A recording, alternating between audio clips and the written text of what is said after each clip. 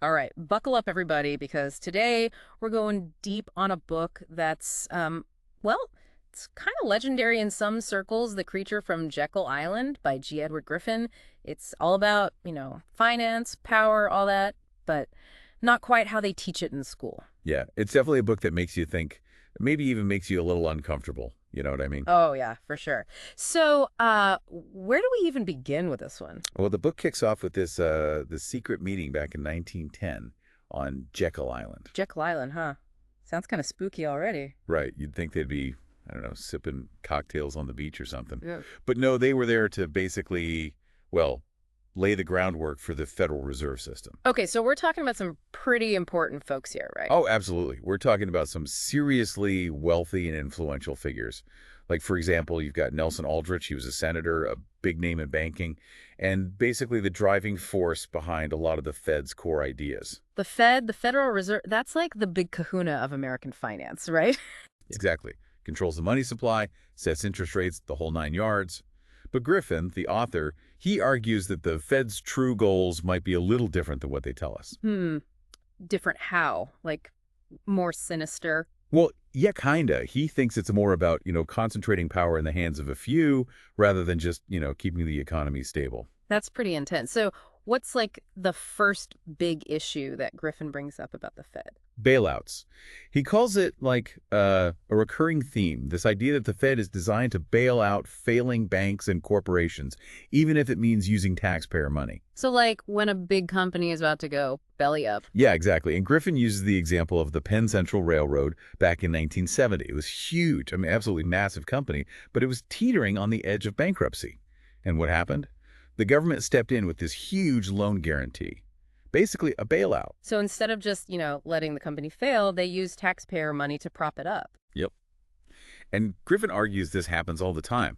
And it's not just big companies either. He talks about the savings and loan crisis in the 80s. You remember that one? Vaguely. Wasn't that like a big financial mess? Huge mess. Basically, all these savings and loan institutions, they were going under. And the FSLIC, which was supposed to insure them, well, it went broke trying to bail them all out. So who ended up paying for that? Guess who? The taxpayers, of course. And that's Griffin's whole point. This whole bailout game is rigged in favor of the financial elite, and it often comes at the expense of everyday people. Okay, so we've got this whole bailout thing happening in the U.S., but Griffin doesn't just stop there, right? He takes it global. Oh, yeah, he goes big.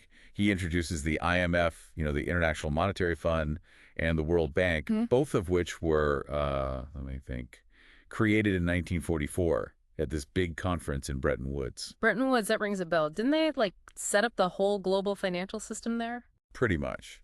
And on the surface, the goals of the IMF and World Bank seem, pretty noble. They talk about facilitating trade, stabilizing currencies, helping developing countries. Right, the good guys. Right. But Griffin, he digs a little deeper, and he suggests there's a hidden agenda at play. He says these institutions are working to dismantle the gold standard and basically replace it with a system that gives them even more power. Hold on, back up a sec. The gold standard, that's like tying a currency's value to gold. Right. It's been abandoned for a while now, but back then it was, the way things were done. So Griffin's saying that ditching the gold standard was part of this power grab. That's his theory. And he points to one of the key architects of Bretton Woods, John Maynard Keynes. Keynes, the economist. The one and only. But Keynes was also, and this is important, a Fabian socialist. A socialist. That's a pretty different ideology from, the free market capitalism that America's supposed to be all about. Absolutely. But the thing about Fabian socialists is they weren't about, violent revolution or anything like that. They believed in a gradual, almost sneaky approach to implementing their ideas. So like infiltrating the system from within. Precisely. And Griffin argues that the IMF and the World Bank, through their lending practices, are essentially transferring wealth from industrialized nations to developing countries, and not always with the best results. So it's like they're using this financial aid as a way to, exert control. That's what Griffin suggests. Yeah. And he gives the example of Greece, how they got bailed out by the IMF, but it didn't really solve their problems, did it? Yeah, good point. It's like there are always strings attached. Always. And then Griffin brings in the Rothschilds. You can't talk about global finance without talking about the Rothschilds, The right? Rothschilds, that's like the ultimate banking dynasty, right? Exactly. They've been around for centuries, and Griffin dives into their history of financing wars, profiting from government debt, you name it. He even lays out something called the Rothschild formula. The Rothschild formula. What's that, like some secret recipe for making money? It's more like a strategy, a theoretical strategy, for using conflict and financial leverage to gain control over nations. It's pretty controversial. But Griffin uses this really fascinating historical example, this story about a young Rothschild who helped finance Wellington's army against Napoleon. Napoleon. Wait, we're going way back now. Yeah, we're talking early 1800s here. This Rothschild, he was just a teenager at the time, but he was already a financial whiz. He figured out how to move gold across Europe, manipulate exchange rates, and basically fund Wellington's entire army. Wow, that's some serious financial maneuvering. But how does this all tie back to the Federal Reserve and the IMF and everything else we've been talking about? Well, that's where things get really interesting. Griffin connects the Rothschild formula to one of the most significant events of the 20th century, the Bolshevik Revolution. The Bolshevik Revolution, that's the one that led to the creation of the Soviet Union, right? Right. And we're usually taught that it was this, spontaneous uprising of the people. Right. Yeah, the workers overthrowing the Tsar and all that. Exactly. But Griffin argues that it was actually orchestrated, financed, and controlled from behind the scenes. And one of the key figures he points to is, get this, an American banker named Jacob Schiff. Wait, so he's saying that an American banker helped fund the rise of communism in Russia. That doesn't make any sense. What was his angle? Well, that's a question we'll have to explore in the next part of our deep dive. So we left off with this whole idea that an American banker helped finance the Bolshevik Revolution. It's kind of crazy, right? What was Schiff's game? Why would he do that? Yeah, it's a head scratcher for sure. But Griffin suggests that, well, Schiff and some others, they weren't really pro-communist in the traditional sense. So it wasn't about, like, spreading Marxist ideology or anything? Not really. Griffin thinks they saw the Bolsheviks as more of a tool, like a way to disrupt the existing world order, shake things up. Then create a new world order, like what, a one-world government kind of thing. That's exactly what Griffin's getting at. He believes that the ultimate goal is to create a single global government with a global central bank controlling all the money. Whoa, hold on. That sounds like, conspiracy theory territory. I know, right? But Griffin lays out this whole argument, and he even claims that for this plan to work, America has to be weakened, like seriously weakened. Weakened? Why America? Because, well, think about it. America's got a strong military, a relatively independent economy. It's a major player on the world stage. If you're trying to create a one-world government, America's kind of in the way, right? Yeah, that makes sense, I guess. But who's doing this weakening? Who are these they people? Griffin points to groups like the Council on Foreign Relations, the CFR. He claims that CFR members within the U.S. government are actively pushing policies that are designed to undermine America's sovereignty. So, like, people in the government working against America's own interests. Well, he talks about things like military disarmament, reducing America's military power. He also mentions economic treaties that, according to Griffin, surrender some of America's control over its own affairs. And then there's this whole idea of transferring wealth to socialist regimes. Wait, what? Like giving American money to communist countries? Yeah, it sounds crazy, right? Yeah. But Griffin gives some specific examples, like the use of U.S. taxpayer money to build these massive truck plants in the Soviet Union back in the day. Soviet Union. We're talking like Cold War era here. Yep. These factories, like Kama River and ZIL, they ended up producing vehicles that were used in Soviet military operations. So American money helped build up the Soviet military. That's wild. Okay, so we've got this New World Order. We've got America being weakened. What else does Griffin have in store for us? Well, he gets into what he calls doomsday mechanisms.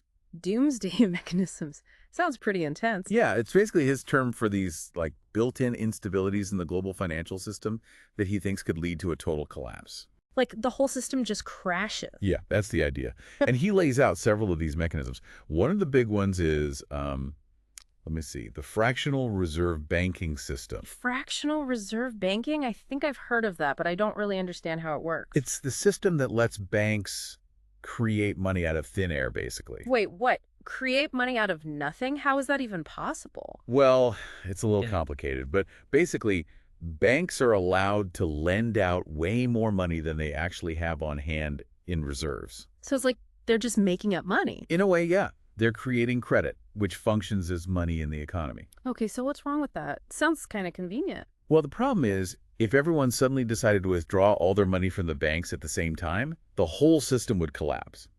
Because the banks don't actually have all that money. Oh, I see. It's like a house of cards. Exactly.